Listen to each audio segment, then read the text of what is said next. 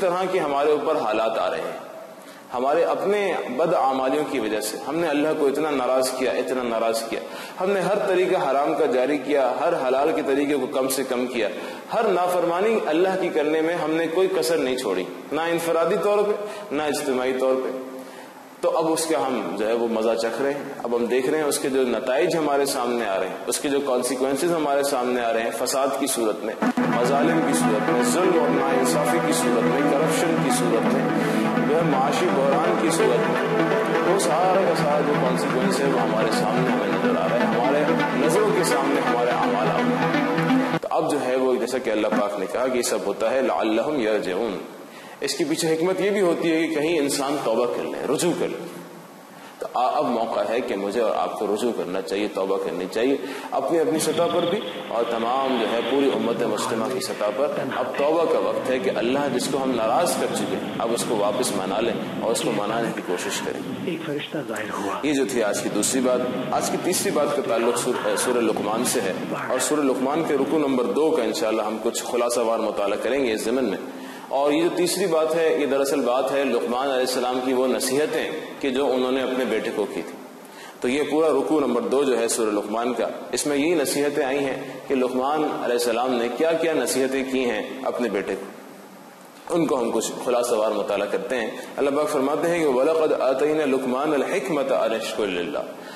اللہ پاک کہتے ہیں کہ ہم نے لقمان علیہ السلام کو حکمت عطا کی تھی أَنِ اشْكُرْ لِلَّهِ، تاکہ وہ اللہ کا شکر ادا کرے.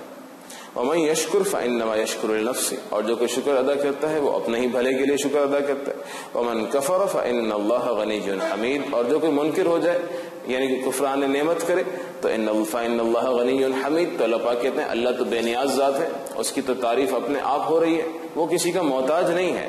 یعنی کوئی شکر کرے گا تو اسی کا بھلا ہوگا، کوئی ناشکری کرے گا تو اسی کا نقصان ہوگا. اللہ کا نفع نقصان کسی اور کے ساتھ وابستہ نہیں ہے، بلکہ ساری انسانیت کا، پوری کائنات کا نفع نقصان اللہ کے ساتھ وابستہ ہے. اللہ کا نفع نقصان کسی کے ساتھ وابستہ نہیں. اللہ تو بے نیاز ذات ہے، اللہ تو جو ہے وہ غنی ذات ہے. تو کہا وَإِذْ قَالَ لُقْمَانُ لِابْنِهِ، اور جب لقمان علیہ السلام جو ہیں وہ اپنے بیٹے سے کہہ رہے تھے وَهُوَ يَعِظُهُ، اور نصیحت کر رہے تھے، انہیں سمجھا رہے تھے اپنے بیٹے کو کہ یا بنیّ لا تشرک باللہ، اے میرے بچے دیکھ کبھی بھی اللہ کے ساتھ شرک نہ کرنا. ان الشرک لظلم عظیم، بلا شبہ یہ جو شرک ہے یہ تو ظلم عظیم ہے، بہت بڑی ناانصافی ہے کہ انسان شرک کرے.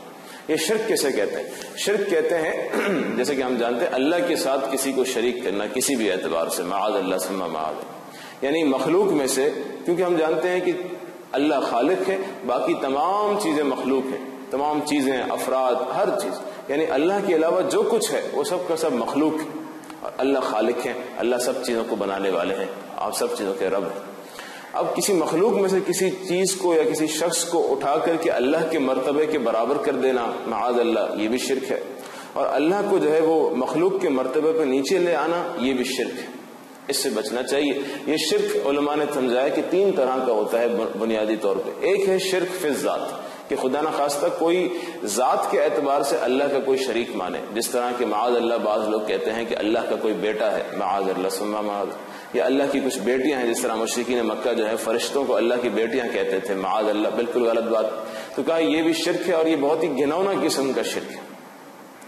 دوسرے نمبر پہ بات ہے شرک فی الصفات، کہ صفات جو اللہ پاک کی صفات ہیں ان میں کسی کو اللہ کا شریک ماننا. جیسے اللہ پاک کی صفت ہے کہ اللہ ہر چیز کو جاننے والے ہیں، اللہ ہر چیز پر قادر ہے، وہ ہر جگہ حاضر و ناظر ہیں، موجود ہیں.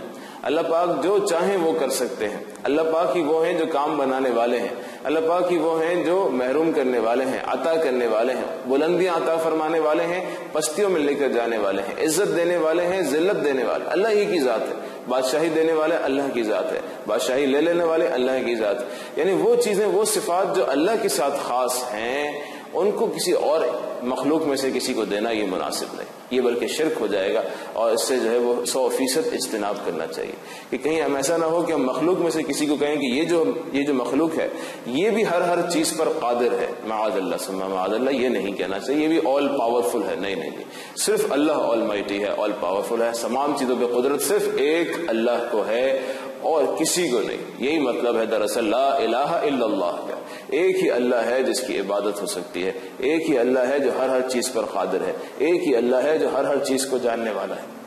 اسی طرح جو صفات اللہ کے ساتھ خاص ہیں ان میں کسی کو بھی اس کا پارٹنر, اس کا شریک, اس کا ہم پلہ یہ ماننا شرک ہے, اس سے بچنا چاہیے. تیسرے نمبر پہ شرک ہے, وہ شرک ہے شرک فی الحقوق یا شرک فی العبادہ, کہ عبادت کے اندر اللہ کا شریک کسی کو نہ کیا جائے.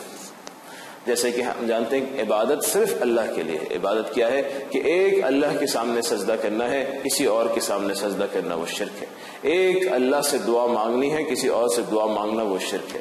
ایک اللہ کی مکمل کامل 100% فرما برداری کرنی ہے اور اس کی نافرمانی میں کسی اور کی فرما برداری نہیں کرنی. ایسا نہ ہو کہ ہم کسی اور کی باتیں ماننا شروع کر دیں ایسی کہ جس سے اللہ کی نافرمانی ہوتی ہو, یہ نہیں کرنا چاہیے.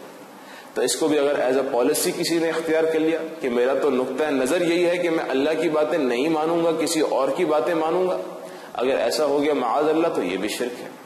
تو کہا اس طرح کے شرک جو 3 طرح کے بیان ہوئے ان میں سے ہر ایک سے 100% اجتناب کرنا چاہیے, کیونکہ ہم جانتے ہیں شرک وہ گناہ ہے جس کے بارے میں سورہ نساء میں 2 مرتبہ آ گیا کہ شرک کی معافی نہیں ہو سکتی. اور کسی گناہ کی اللہ پاک چاہیں گے تو شاید معافی ہو بھی جائے, لیکن شرک ایسا گناہ ہے جس کے بارے میں اللہ پاک نے اعلان فرمایا ہے کہ اس کی معافی نہیں ہوگی. 2 مرتبہ یہ بات سورہ نساء کے اندر آ چکی. تو لقمان علیہ السلام نے پہلی بات اپنے بیٹے کو یہی سمجھائی کہ ان الشرک لظلم عظیم, بلا شبہ یہ شرک جو ہے وہ بڑا عظیم ظلم ہے, بہت بڑا ظلم ہے, اس کو نہ کرنا. پھر فرمایا کہ وصینا الانسان بوالدیہ, کہ اللہ پاک کہتے ہیں کہ ہم نے انسان کو اپنے والدین کے بارے میں نصیحت کی ہے, اپنے والدین کے بارے میں سمجھایا کہ اپنے والدین کے حقوق ادا کرتے رہنا, اپنے والدین کو ستانا نہیں, اپنے والدین کو تنگ نہ کرنا, اپنے والدین کے لیے پریشانی کا باعث نہ بننا, اپنے والدین کے سامنے بے ادبی نہیں کرنا, بلکہ ان کے ساتھ حسن سلوک رکھنا. آخر والدین کا بڑا حق ہے, اس کا ہم کچھ تفصیل سے مطالعہ کر چکے ہیں سورہ بنی اسرائیل کے اندر.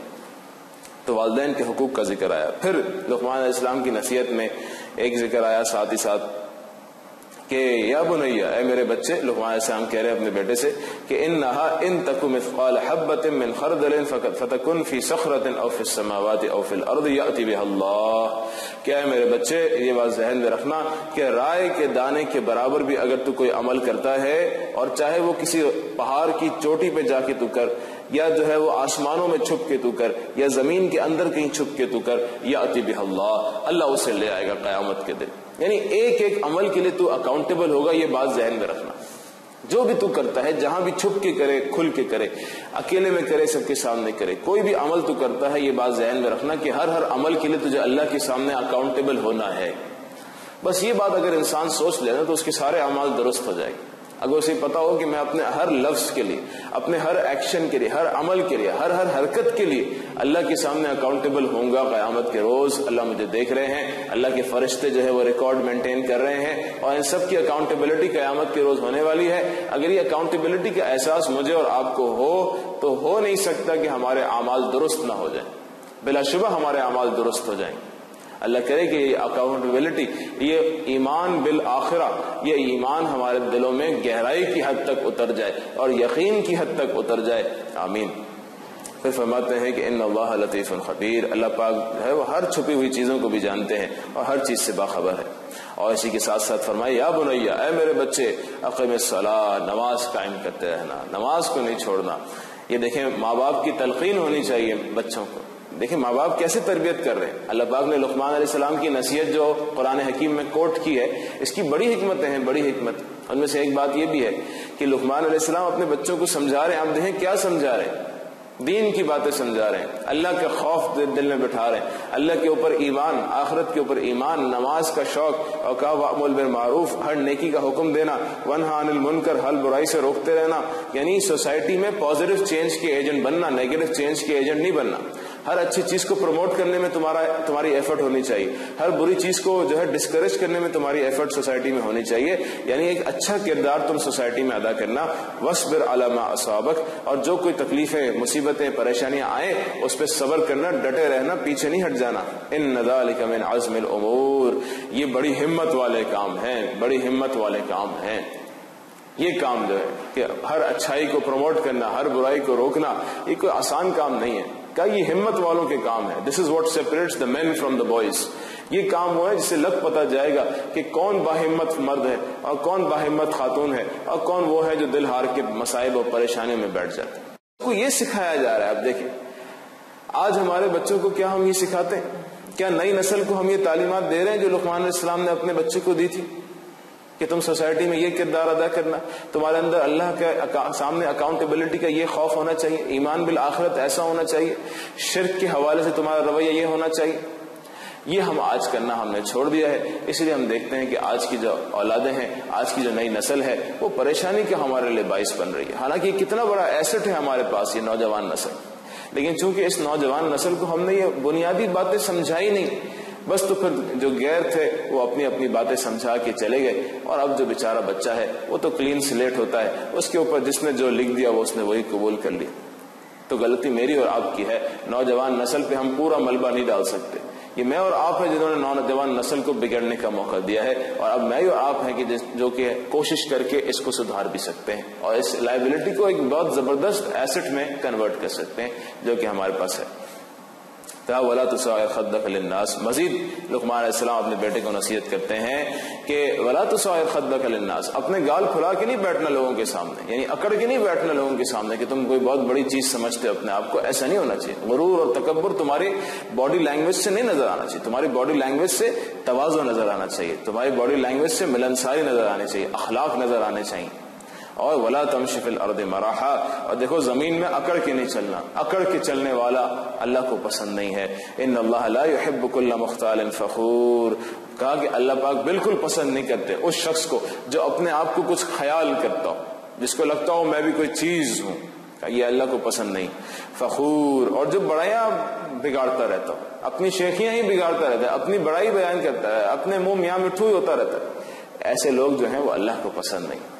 اللہ کو تو وہ لوگ پسند ہیں جیسا کہ ہم دیکھ کر آئے سورہ فرقان میں کہ یمشون علی الارض ہونا, کہ وہ عباد الرحمن جو جھک کے چلتے ہیں اور جو ہے وہ جو جھک کے ملتے ہیں وہ اللہ کو پسند ہیں. وقصد فی مشیک, یہی کہا لقمان علیہ السلام نے اپنے بیٹے سے کہ اپنی چال میں میانہ روی رکھنا, اپنے جو ہے لائف سٹائل میں میانہ روی رکھنا. وغضض من صوتک, اور اپنی آواز کو نیچے رکھنا. بہت زیادہ چلا کر بات کرنا جو ہے یہ کوئی شائستگی نہیں ہے. ان انکر الاصوات لصوت الحمیر, بلا شبہ جو ہے وہ سب سے بری آواز وہ گدھے کی آواز ہے. یعنی دیکھیں گدھے کی جو آواز ہے اس کی مثال دی گئی ہے کہ وہ بھی بڑی اونچی آواز ہوتی ہے. تو اونچی آواز کرنا کوئی کمال نہیں ہے. اگر اونچی آواز کرنا کوئی کمال ہوتا تو گدھے کا کمال ہوتا, اور بلا شبہ اس کا کمال تو کوئی نہیں مانتا. تو معلوم ہوا کہ اونچی آواز کرنا کوئی کمال نہیں ہے. صحیح بات کہنا کمال ہے, اخلاق سے بات کہنا کمال ہے, چیخنا چلانا کمال نہیں ہے.